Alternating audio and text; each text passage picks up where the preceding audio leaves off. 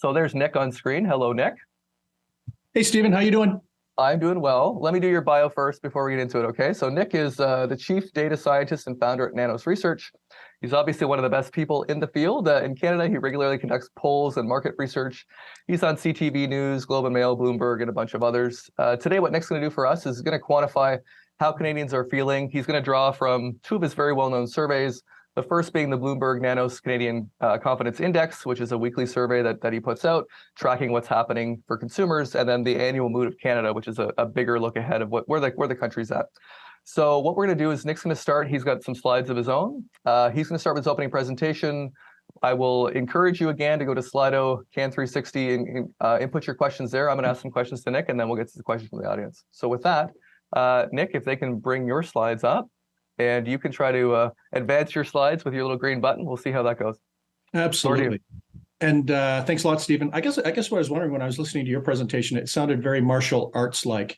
Bend but not break when it comes to the economy. So, and I also see that you put a poll in this. Like, I just like to say, it's a non-scientific poll. I knew that this would be very offensive to you to have. There's no standard errors on this. There's no stratified sample, but we're going to see just basically what's out there, what people are thinking about in terms of the economic outlook. Because I think in terms of the forecasting side, there's been a lot of concerns about recession. So let's see how widely spread that is. Absolutely, and I think it'll be interesting to see how kind of business leaders pan out in their views on the economy compared to consumers writ large. So as Stephen mentioned, I'm going to unpack a number of things.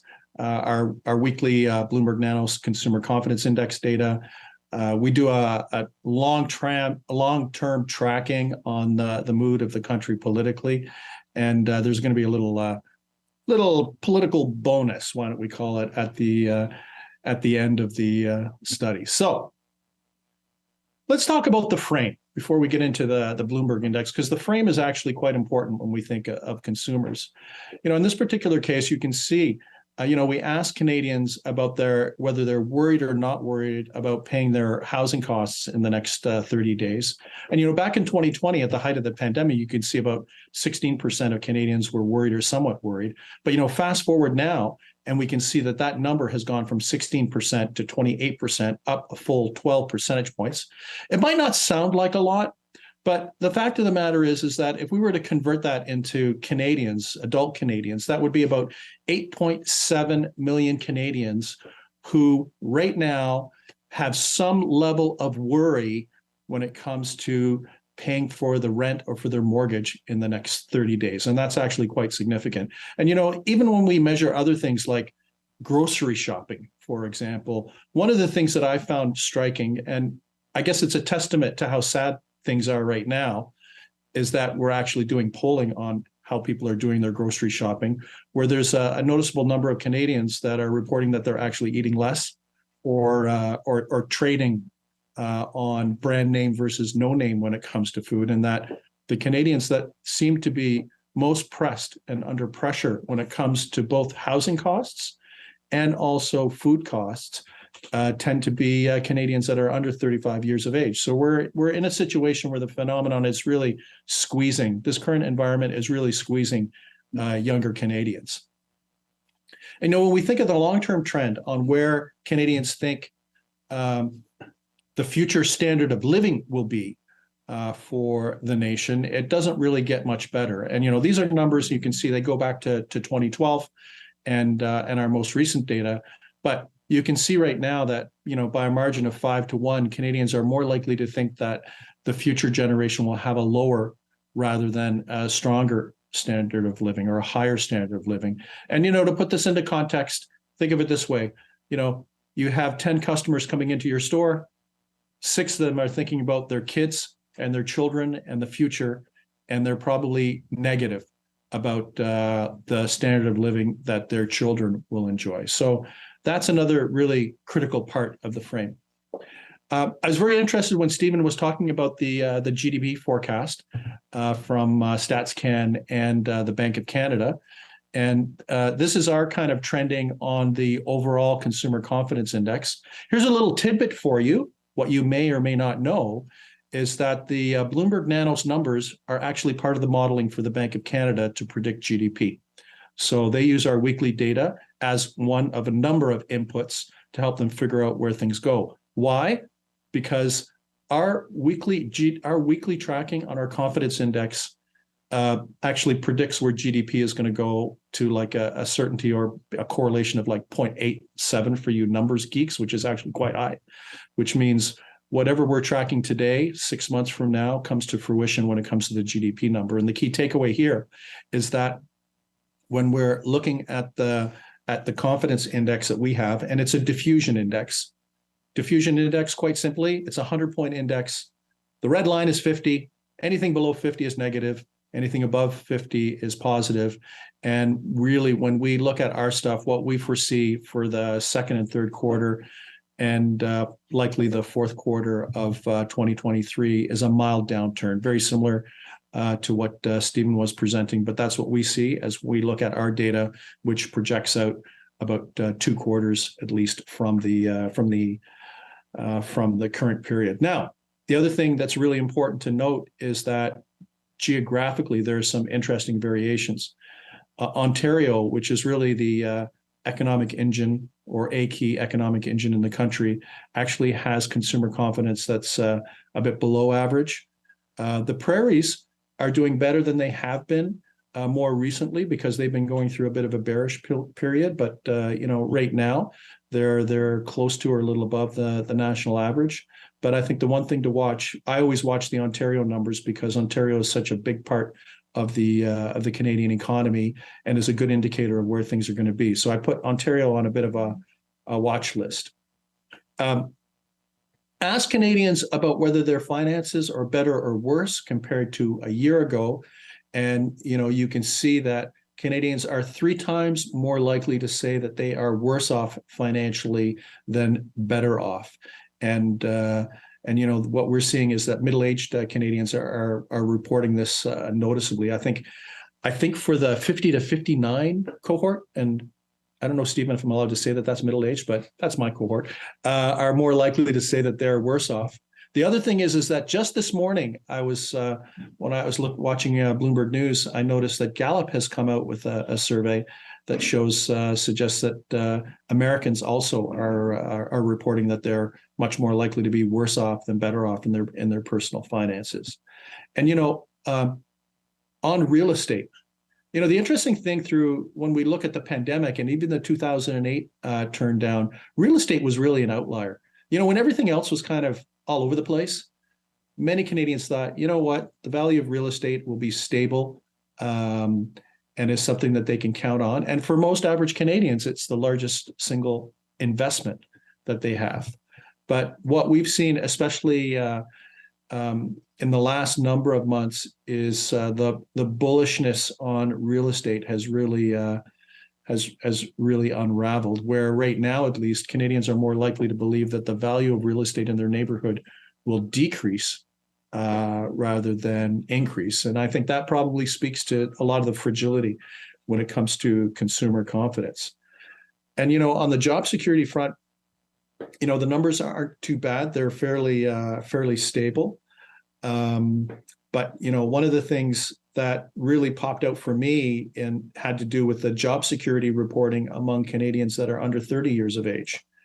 The somewhat secure number is like 30%, and the secure number is actually much lower among younger Canadians, which means that for Canadians that are under 30 years of age that are in the workforce, they're much more likely to be nervous about their job security.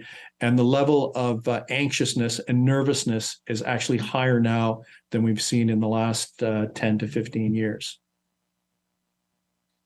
Ooh. So, big surprise. You can see our index numbers suggest a little bit of a mild downturn for 2023.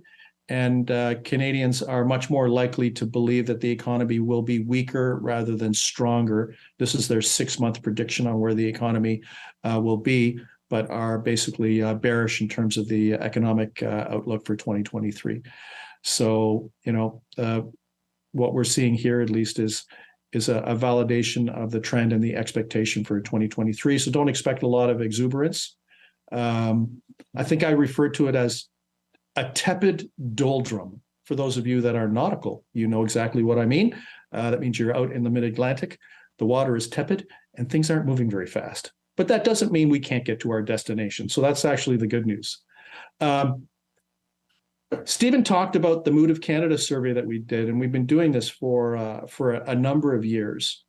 And, you know, basically every year we measure the temperature, so to speak, on where things are going. And you can see compared to 2027, just think it, and not 2007, Canadians were much more likely to be positive than negative about the direction of the country, you know, 66% positive versus 20% negative.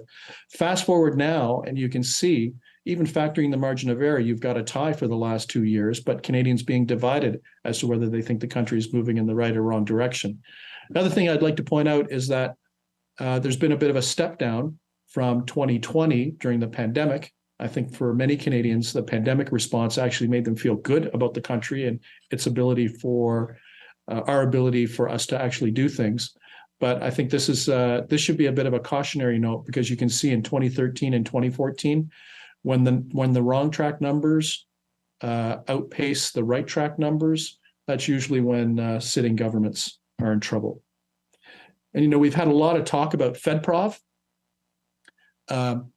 You know, the number of people who believe that federal-provincial relations has improved is so low that we can't even fit the number on the chart. It's 1%.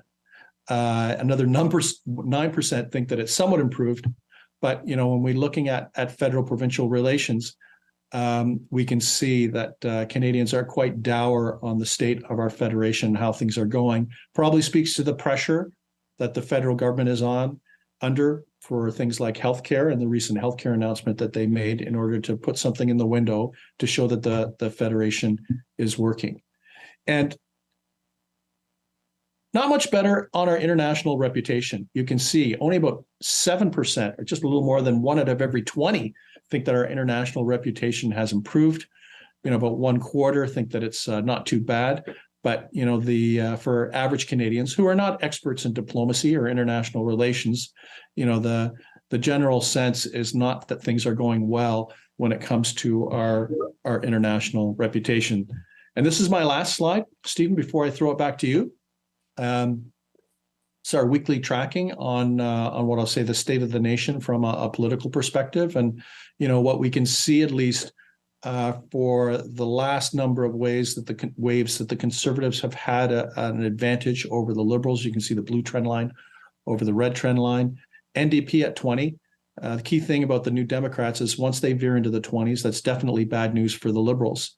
And also in the last couple of weeks, better numbers for the Bloc Québécois, probably talking about the notwithstanding clause and other stuff that, you know, it's kind of weird. You know, the Bloc numbers, it's never a result of what they do.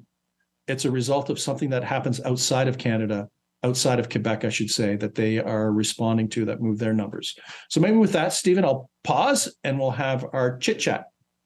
Thanks, Nick. I thought that I had some negative and depressing charts there with downward trends, but you've managed to up the sentiment here and make everybody happy and less gloomy. Just joking. But tepid doldrums is the best you could do. Maybe tepid doldrums, but, you know, Okay. I have a tie that shows an upward swing. Oh, there you go. Cool. Okay, so let me come back to, I talked a lot about the inflation shock, and I used to teach macroeconomics to undergrads, and we would talk about inflation being high, and, you know, most people were like, I don't remember inflation being high because I don't remember the 70s. So we haven't had high inflation in a long, long time, and now we have inflation, you know, peaking at 8%, coming down to 6%. What we're learning is that consumers really hate inflation. They really do not like inflation. And so typically if inflation's around, you know, 2 or 3% within the target, most people don't think about it too much. It doesn't affect business planning. But once you start to ratchet things up, that becomes an issue. So we've had these generational highs. And I'm just wondering, did you notice an upturn? Like once inflation started going up, is that when you started to see on the consumer side? Is it that, or is it, you mentioned before, housing costs, so the price of you know, not everything, but in terms of overall inflation, and then housing, is it a combination of those two things, or what has people kind of down in terms of overall sentiment numbers you've got? Yeah, it's inflation and interest rates. It's kind of like the double whammy where Canadians are just trying to figure out how they're gonna pay the bills. Well, I guess I want to ask you about the differences in cohorts. So you do all the polling and you're able to cut the numbers by different groups of middle-aged folks like yourself and old folks and then younger people. It seems like on job security, you said it's in general, labor market's super strong, doing well. But those that are trying to crack in and start their careers are feeling less secure. And I think they're also feeling issues in terms of the cost of housing, which is, yeah, it's coming down, but has gone up significantly during the pandemic. So do you notice just overall sentiment is different when you go across the age cohorts in Canada? Who's happy, who's kind of more down? Yeah. So, the interesting thing is that, the folks that are feeling the squeeze the most. So first of all, the immediate squeeze, especially on things like the cost of living, are young people.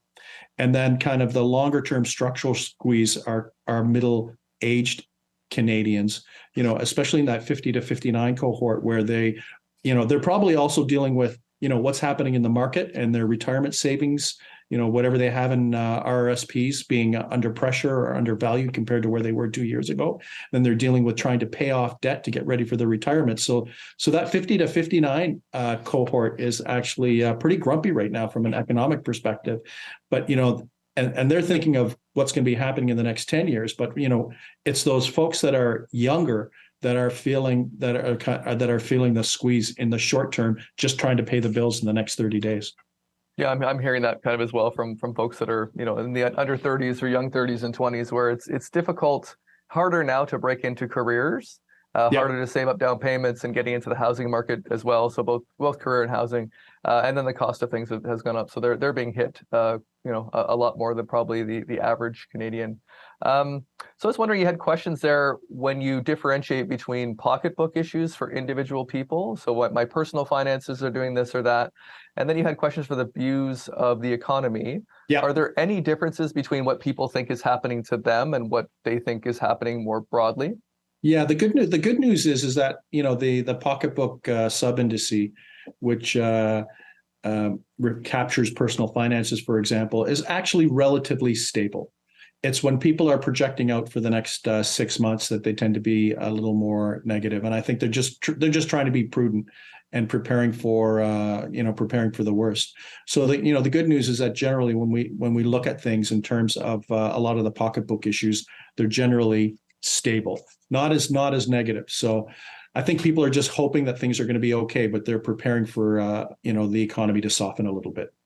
Yeah, kind of riding through a rough patch there. And I'll just let you know, so our big scientific poll now has essentially 67% are saying yes in terms of will there be a recession in 2023. So it's about 2 to 1.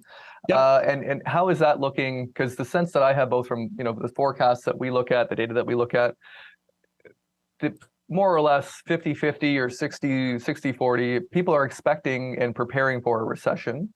But for the most part, people are thinking that if there is a recession, it's going to be induced because of the interest rates that we've had, but that it may be relatively relatively mild relative to the pandemic or the global financial crisis. We're thinking about something a little bit smoother, maybe like more in 2001, where we had the U.S. .com bust, but things slowed down, but it wasn't really the end of the world. So are you? Yeah. Is that consistent with what you've got for the overall levels of your consumer survey? Is it consistent with recessionary territory? Positive or negative growth? What are you thinking for that? Yeah, I think we're talking about a mild downturn. I'm not even sure whether I'd use the word recession because it might not be that long depending on what happens. But the thing is we have some of these exogenous events like war in Ukraine, right? The cost of energy and electricity that also have a dampening effect on consumer confidence. And what I always worry about is that people think that there's going to be a downturn, then they stop spending money and it becomes a self-fulfilling prophecy because they're just tighter. They've got a tighter grip on their wallet. I think that's what we have to watch out for in terms of consumer spending.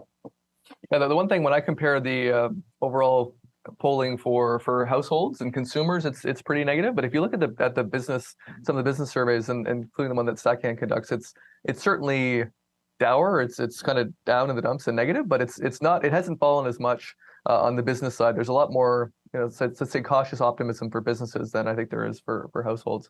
Let me turn now, at the time we got left, to the Mood of Canada poll, because I like to look forward to that at the end of each year as a good year ender.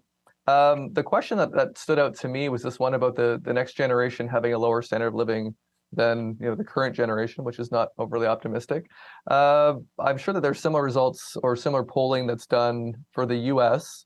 and Yeah. the importance of the American dream and people coming in, working their way up and doing better than their parents. Are we as Canadians, are we in the same kind of ballpark as the U.S.? Are there differences that you see across the borders on those types of things?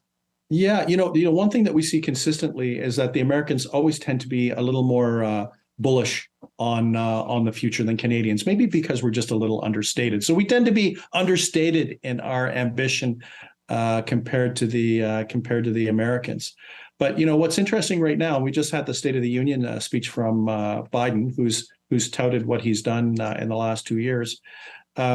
What's interesting now is, like, for example, when you look at the University of Michigan Consumer Sentiment Survey, that survey now, the score is basically in the same zone as it was during the 2008 to 2012 zone when it comes to consumer sentiment. But the fact of the matter is when we're talking about recession, and Stephen, you put a finger on this during your presentation, different countries are going to have a different experience. Like, it's going to be very different in the UK than it will be in the US.